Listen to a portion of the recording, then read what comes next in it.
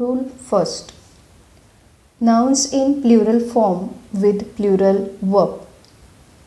वाक्यामध्ये येणारे नाउन्स हे नेहमी एस किंवा ES घेऊन येतील आणि ते प्लुरल वर्ब घेऊन येतील. ह्याच नाउन्सना आपण पेअर नाउन्स असं म्हणणार आहोत. पेअर नाउन्स ह्याचा अर्थ पहिला समजून घेऊया. पेअर नाउन्स म्हणजे काय? जर कपड्याचा प्रकार घेतला तर त्याच्यामध्ये jeans, pyjamas, trousers, pants, shorts असे जर आपण एक्झाम्पल घेतले किंवा लेगिन्स, तर त्याच्यामध्ये दोन पाय, त्याचे जर दोन भाग घेतले तर ते दोन समान भाग असतात आणि त्याचा एक वस्तू तयार होते किंवा त्याचा एक कपडा तयार होतो, त्याचा एक कपडा तयार केला जातो. So jeans, pyjamas, trousers, pants, leggings ह्याच्यामध्ये जे पेअर आहे त्या पेअरसाठी आपण इथं एस वापरतो. म्हणून कधीही म्हणताना आपण जीन असं न म्हणता जीन्स म्हटलं पाहिजे, कारण जर तुम्ही इथला एस काढला तर त्याचा अर्थ बदलतो.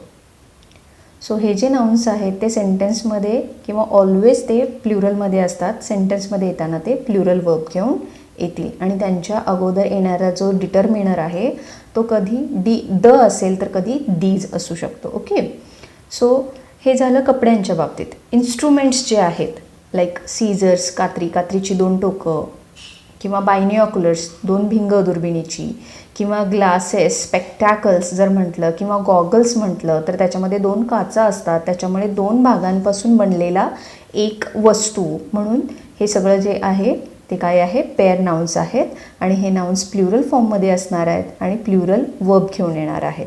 काही एक्झाम्पल्स आपण बघूया. माय genes are torn.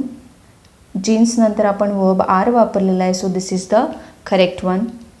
These trousers are bit tight at waist. So trousers नंतर आपण आर वापरलेला आहे, इथं ट्राउझर्स म्हटलं आहे बघा आणि त्याच्या अगोदर डिटर्मिनर द वापरलेला आहे. I have got some scissors, a pair of scissors in the market. आता इथं वर्बचा अभ्यास करण्याऐवजी आपण इथं क्वांटिफायरचा अभ्यास करूया की ह्या नाउन्सच्या अगोदर द किंवा दीज हे डिटर्मिनर लागेल, पण आपण ह्याच्यासाठी क्वांटिफायरसुद्धा वापरू शकतो लाईक सम. ओके, आपण ए आणि अन हे इंडिफिनाईट आर्टिकल वापरणार नाही कारण ते सिंग्युलर नाउनसाठी येतात. हे आहे प्लुरल नाउन, सो इथं सम वापरलेलं आहे. अजून आपण काय वापरू शकतो तर अ पेअर ऑफ किंवा अ पेअर्स ऑफ असं सुद्धा आपण वापरू शकतो आणि त्याच्यानंतर येणारा नाउन हा प्लुरल असतो. IBPSच्या मोस्ट ऑफ द एक्झाम्समध्ये हे एक्झाम्पल आलेलं आहे की ज्याच्यामध्ये अ पेअर ऑफ सीझर लिहिलेलं होतं आणि इथं मात्र सीझर्स लिहिलेलं नसल्यामुळे ते सेंटेन्स चुकीचं गेलेलं होतं. सो हे लक्षात ठेवणं गरजेचं आहे की अ पेअर ऑफ जरी म्हटलं तरी तुम्ही मात्र वापरताना तो नाऊन एस घेऊनच वापरायचा आहे कारण तो ऑलरेडी प्लुरलच आहे. Binoculars are used by bird watchers. So इथंसुद्धा binoculars as I said before की ही दोन भिंगापासून बनलेली दुर्बीण आणि त्याच्यामुळे दोन भागांची बनलेली वस्तू एकच आहे आणि म्हणून इथं येणारा जो वर्ब आहे तो प्लुरल असणार आहे आणि नाऊनसुद्धा प्लुरल असणार आहे. रूल सेम आहे, फक्त आता इथं काय केलेलं आहे आपण जे नाउन्स आहेत त्याची व्हरायटी बघतोय, म्हणजे टाईप्स बघितलेले आहेत. लास्ट व्हिडिओजमध्ये आपण ॲब्स्ट्रॅक्ट नाउन असतो म्हणजेच तो आयडियाशी रिलेटेड असतो, तर अशा काही आयडियाज देणारे किंवा वस्तूंबद्दल माहिती देणारे जे नाउन्स आहेत ते सुद्धा प्लुरलमध्ये येतात. फॉर एक्झाम्पल जर आपण म्हटलं आर्म्सचा अर्थ आहे शस्त्रास्त्र. जर तुम्ही ह्याच्यातला एस काढला तर आर्म म्हणजे खांदा, सो ह्याचा अर्थ एस काढल्यावर बदलतो. त्यामुळे एस घेऊन येणारे जे नाउन्स आहेत लाईक आर्म्स किंवा अर्निंग्ज म्हणजे मिळकत, बोवेल्स म्हणजे आतडी, गुड्स म्हणजे माल मटेरियल, ग्राउंड्स म्हणजे जमिनीचे किंवा बाग बगीचा, आउटस्कर्ट्स म्हणजे हद्दीबाहेरचा भाग, पेन्स म्हणजे यातना किंवा कष्ट, इटेबल्स म्हणजे खाद्यपदार्थांविषयक, किंवा आपण मॅनर्स, एथिक्स हे बोलताना सुद्धा एस घेऊन बोलत असतो, किंवा सराउंडिंग्स आजूबाजूचा परिसर जो बऱ्यापैकी काउंटिंगमध्ये येत नाही, जो खूप मोठा आहे, पुष्कळ आहे असं सांगितलं जातं, ते सगळे नाउन्स आपले प्लुरल असणार आहेत. तर ह्याच्यानंतर येणारा जो वर्ब आहे तो ऑलवेज प्लुरल असला पाहिजे. एक्झाम्पल्स बघूया. Her valuables are stolen from safe. तर या ठिकाणी व्हॅल्युएबल्स जे म्हटलेले आहेत ते प्लुरल नाउन आहे, सो प्लुरल वर्ब घेऊन आलेला आहे, so this is the correct one. The ashes of Gandhiji were scattered over the Himalayas. ह्याच्यामध्ये सुद्धा ॲशेस हे प्लुरल नाऊन आहे. वर हे प्लुरल वर्ब आलेलं आहे. Arms are given to the poor, ह्याच्यामध्ये आर्म्स हा प्लुरल नाऊन आलेला आहे. सो त्याच्यानंतर आलेला वर्बसुद्धा प्लुरल आहे. रिचेस हॅव विंग्स, म्हणजे दौलत किंवा श्रीमंती ही एकाच ठिकाणी थांबत नाही, तर त्याच्यासाठी हॅव वापरलेला आहे, हॅज वापरलेलं नाही. सो ह्या गोष्टी जर तुम्ही लक्षात ठेवल्या तर नाऊनशी रिलेटेड कुठलाही क्वेश्चन आला तरी देखील तुम्ही इझिली तो सोडवू शकता. तर ह्याच्यासाठी एक ट्रिक काय आहे बघा लक्षात ठेवण्यासाठी. प्लुरल नाऊन जो एस किंवा ई एस घेऊन येतो त्याच्यानंतर येणारा वर्ब हा प्लुरल असला पाहिजे, म्हणजेच आर, वर आणि हॅव असला पाहिजे. आणि प्लुरल प्रनाऊन म्हणजे दे किंवा दीज किंवा आपण म्हणूया देम आपण वापरू शकतो. Some collective nouns are used with plural verb.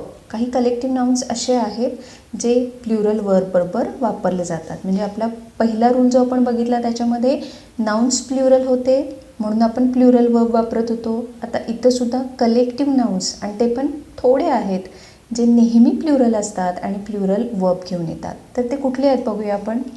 Cattle, जे गाई गुरं सगळे एकत्र आपण म्हणू शकतो ते, किंवा जेनेट्री ज्याला आपण सोफिस्टिकेटेड पीपल किंवा सभ्य कुलीन लोक असं म्हणतो.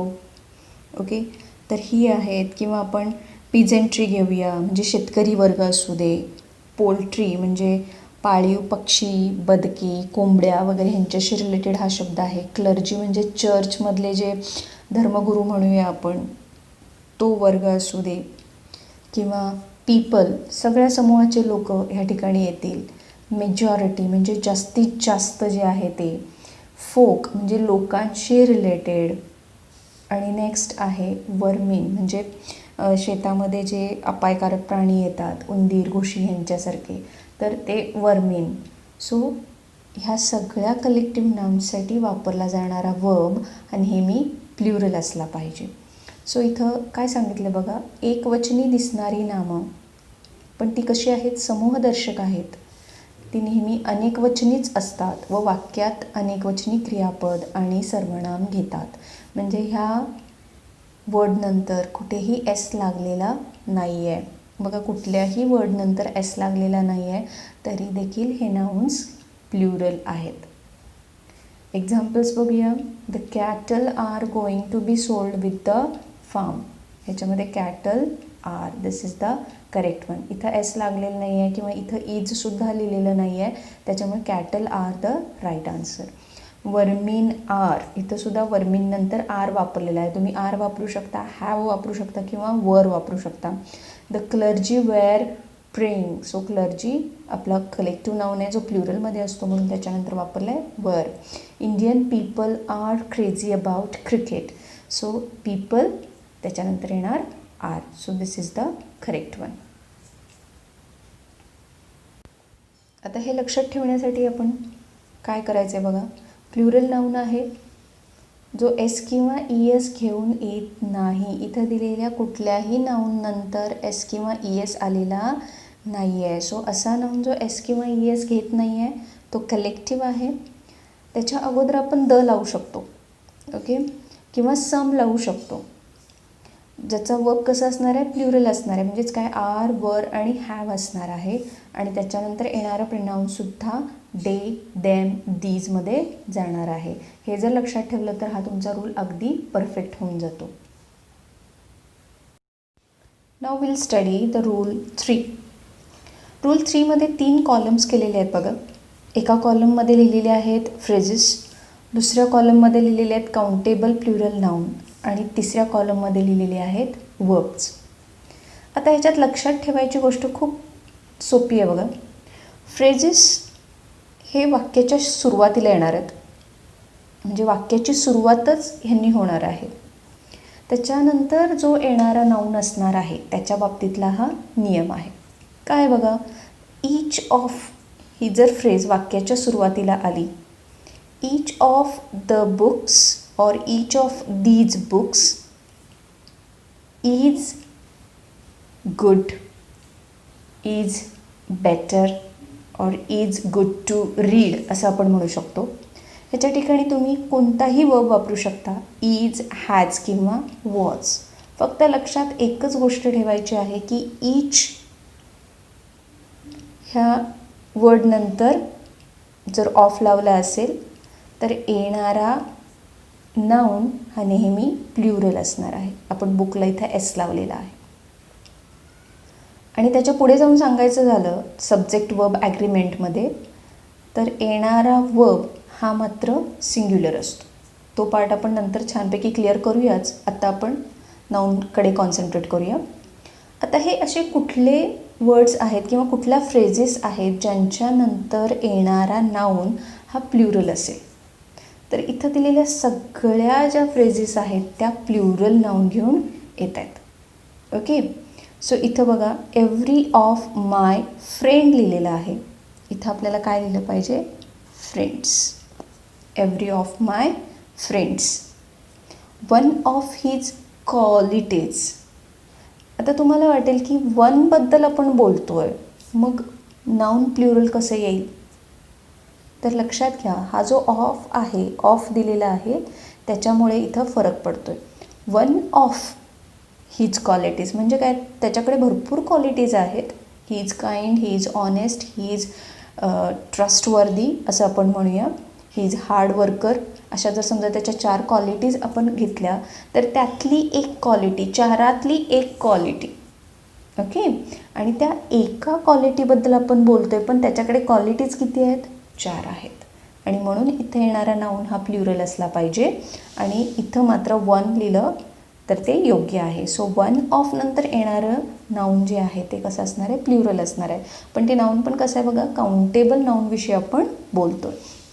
So many of, some of, ह्या सगळ्यानंतर येणारे जे नाउन्स आहेत ते सगळे प्ल्युरल आहेत. आता इथे एक वर्ड आहे बघा, बिझनेसमॅन. आता बिझनेसमॅनला आपण इथं बिझनेस मेन केलेलं आहे. ओके, कारण ह्याचं ॲफिक्सेशन इथं असतं, man men. Okay, plenty of plants, ह्यालासुद्धा एस लावलेला आहे. नन ऑफ म्हणजे काहीच नाही. नन ऑफ द स्टुडंट्स म्हणजे कुठलाही विद्यार्थी नाही. ओके, त्यामुळे इथं येताना मात्र येणारा नाऊन हा कसा असणार आहे? प्ल्युरल असणार आहे. कोणताच विद्यार्थी आलेला नाही आहे, एवढ्या ग्रुपमधला कोणताच विद्यार्थी आलेला नाही आहे. सो इथला स्टुडंट्स जो आहे तो प्ल्युरल आहे. The number of, a number of.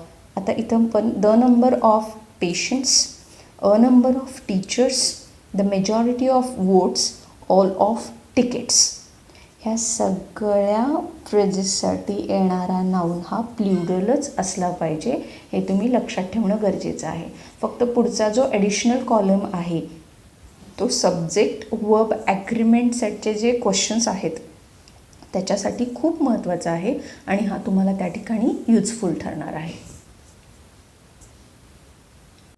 Let's study the rule 4.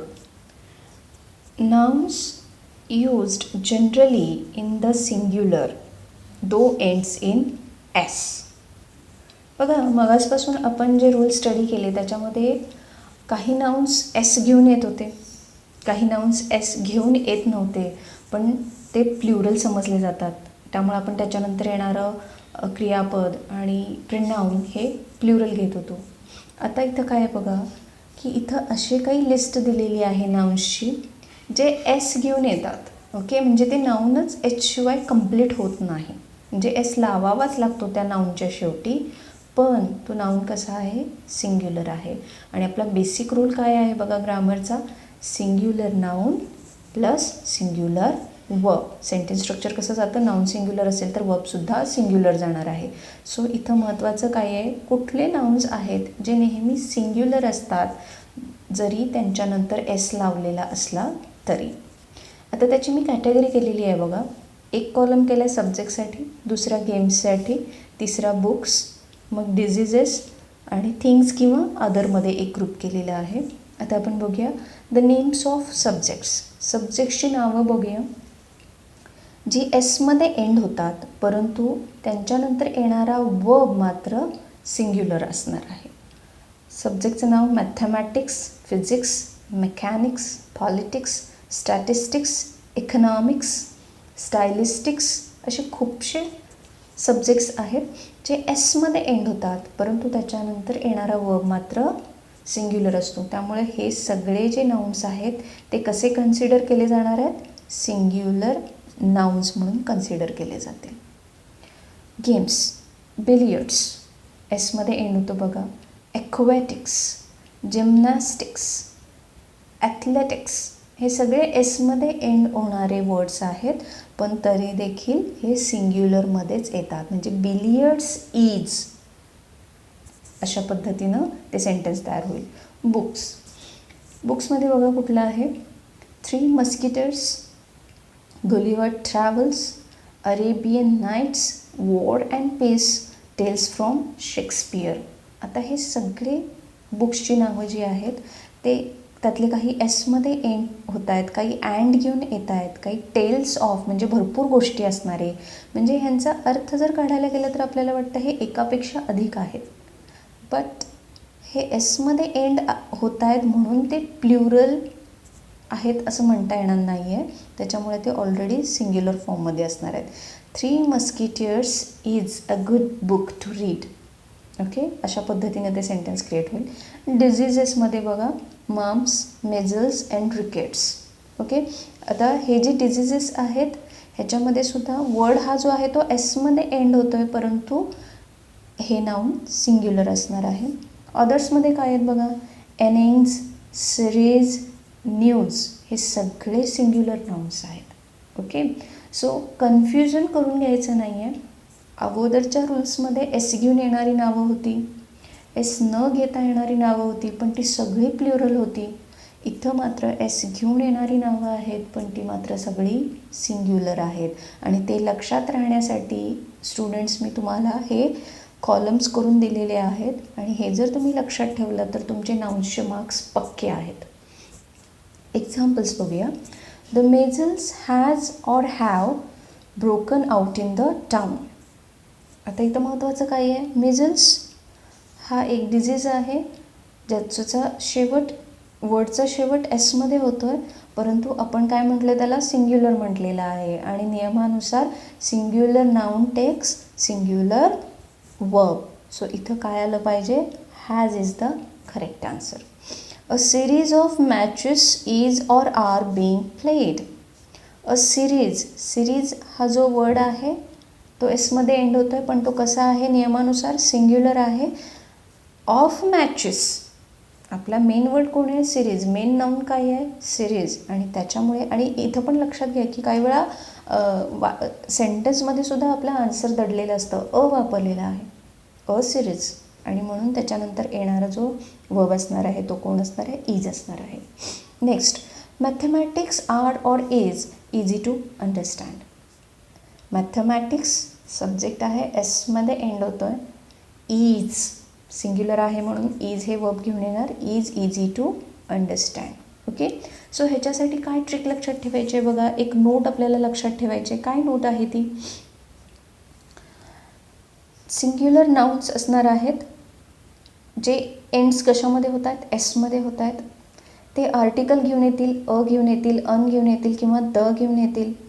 जर गरज असेल तर, गरज असेल तरच ते आर्टिकल्स घेऊन येतील, कारण सब्जेक्ट्सच्या नावासाठी आपण आर्टिकल वापरत नाही. ओके, आपण अ मराठी, ॲन इंग्लिश वगैरे कधीच म्हणत नाही, किंवा अ मॅथमॅटिक्स असं कधीच म्हटलं जात नाही.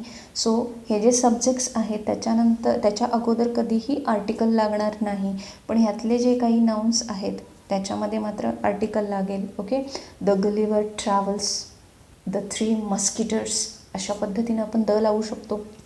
सो पुढचं काय आहे बघा नियम. तर हा सिंग्युलर नाउन घेऊन येताना सिंग्युलर वर्ब घेऊन येणार आहे. म्हणजेच काय? इज, वॉज किंवा हॅजमध्ये वर्ब असेल, आणि तो सिंग्युलर प्रनाऊनसुद्धा घेऊन येणार आहे. म्हणजे धिस असेल, दॅट असेल किंवा ईट असेल. Okay, so this is very important. मला असं वाटतं की हे तुमच्या चांगलं लक्षात आलं असेल. आपण नेक्स्ट रूल बघूया. ह्या रूलमध्ये, रूल 5मध्ये काय सांगितलं आहे? Uncountable nouns are used in a singular forms with singular verb. मागच्या 2 व्हिडिओजमध्ये मी तुमच्याबरोबर नाउन म्हणजे काय आणि नाउनचे कुठले टाईप्स आहेत हे डिस्कस केलं होतं. ते व्हिडिओज बघितल्यावर तुमच्या लक्षात येईल की इथं अनकाउंटेबल नाउन्स म्हणजे काय. हा नाउन्सचाच एक टाईप आहे. हे असे नाउन्स असतात जे 1 2 3 4 ह्या नंबरमध्ये मोजता येत नाहीत. त्यांना मोजण्यासाठी आपल्याला स्पेसिफिक युनिट्स यूज करावे लागतात. तुम्ही जर तो व्हिडिओ बघितला असेल तर डेफिनेटली हा रूल तुमच्या चांगल्या लक्षात येईल. सो अनकाउंटेबल नाउन्स आपल्याकडे आहेत आणि ते नाउन्स नेहमी सिंग्युलर फॉर्ममध्ये असतात. म्हणजेच काय, त्यांच्यानंतर कधीही SES लागत नाही आणि येणारा वर्बसुद्धा कसा असणार आहे, सिंग्युलर असणार आहे. उदाहरण बघूया आपण. Advice, information, hair, luggage, business, work, bread, mischief, abuse etcetera. आता ह्याच्यामध्ये ॲडवाईस उपदेश 1 केला 2 केला असं मराठीमध्ये आपण म्हणतो, पण इंग्लिशमध्ये कधीही ॲडवाईस ऑर अनॲडवाईस, वन ॲडवाईस अशा पद्धतीचे वर्ड्स वापरले जात नाहीत. इन्फॉर्मेशन म्हणजे माहिती.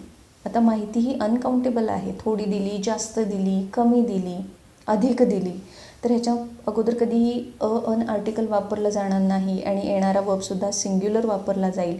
सो हेअर, भले लाखो हजारो केस असले तरी देखील हेअर्स हा एक्सेप्शनली यूज केला जाऊ शकतो. हेअर्स ह्याचा फॉर्मसुद्धा, पण हेअर इज म्हटलं जातं.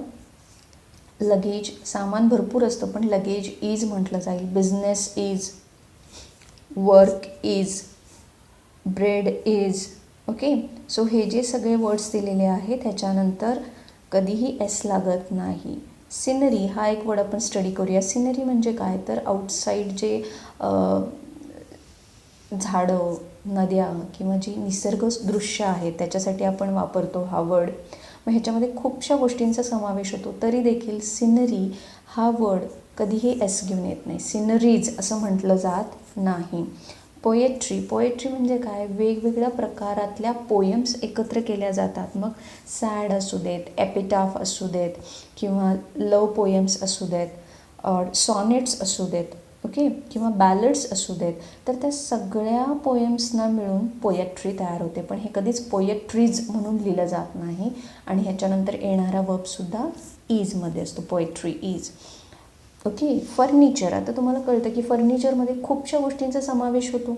बेड आहे, चेअर आहे, टेबल आहे, बट स्टील फर्निचर यूज केल्यानंतर फर्निचर इज, फर्निचर वॉज किंवा फर्निचर नंतर कधीही S लागत नाही. फर्निचर्स असं कधी म्हटलं जात नाही. ओके. सो हा एक टाईप लक्षात ठेवा. अनकाउंटेबल नाउन्स आहेत म्हणून ते सिंग्युलर असणार आहेत. त्यांच्यानंतर येणारा वर्ब सिंग्युलर आहे. सो आपण पुढे स्टडी करूया. Examples. He gave me an information. आता ह्याच्यामध्ये ॲन हे चुकीचं आहे कारण इन्फॉर्मेशन हे कधीही A अन ड मध्ये मोजलं जाणार नाही कारण ते अनकाउंटेबल आहे. He was punished for committing many mischiefs. आता ह्या ठिकाणी he was punished for committing many mischiefs. आता आपण इथं जो वर्ड बघितला आहे मिस्चिफ, तो सिंग्युलरच वापरला पाहिजे. मिस्चिफ असं कधी वापरलं जात नाही. The scenery of Kashmir are enchanting. Scenery singular आहे. आरच्या ऐवजी इथं इज लिहायला पाहिजे. ओके. सो इथं परत एक टिप आहे बघा तुमच्यासाठी की कशा पद्धतीनं हे तुम्हाला लक्षात ठेवायचं आहे. सिंग्युलर नाउन आहे ज्याला कधीही SES लागणार नाही.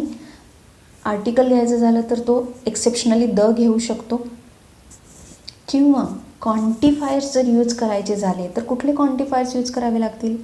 अ पीस ऑफ इन्फॉर्मेशन म्हणू शकतो आपण. अ वर्ड ऑफ अब्यूज किंवा अ पीस ऑफ ॲडवाईस म्हणू शकतो आपण. लोप ऑफ ब्रेड म्हणू शकतो किंवा स्लाइस ऑफ ब्रेड म्हणू शकतो. Much time, much money, some time, okay, some food, some work is still pending असं आपण म्हणू शकतो. अ लॉट ऑफ यूज करू शकतो आपण किंवा मेनी असं आपण इथं बघितलं बघा एक्झाम्पलमध्ये. Many mischief, pieces of, a piece of advice किंवा पीसेस ऑफ ॲडवाईस म्हटलं जातं. लोव्ज ऑफ म्हणजे लोफ ऑफ ब्रेड किंवा लोव्ज ऑफ ब्रेड असं म्हटलं जाऊ शकतो. सो हे क्वांटिफायर्स ह्या अनकाउंटेबल नाउन्सना यूज केले जातात. अशा पद्धतीचं सेंटेन्स असेल आणि त्याच्या पुढे जर सेंटेन्सच्या सुरुवातीला जर समजा हे क्वांटिफायर्स असतील आणि त्याच्या पुढे जर S लावून कुठला अनकाउंटेबल नाऊन वापरला असेल तर मिस्टेक मात्र तिथं आहे, एरर तुमच्या लक्षात आली पाहिजे. आता नाऊन सिंग्युलर आहे म्हणून आपला वर्ब पण सिंग्युलर असणार आणि प्रोनाऊनसुद्धा सिंग्युलर असणार. सिंग्युलर वर्ब म्हणजे कोण? Is, was, has. आणि सिंग्युलर प्रोनाऊन म्हणजे दिस, दॅट किंवा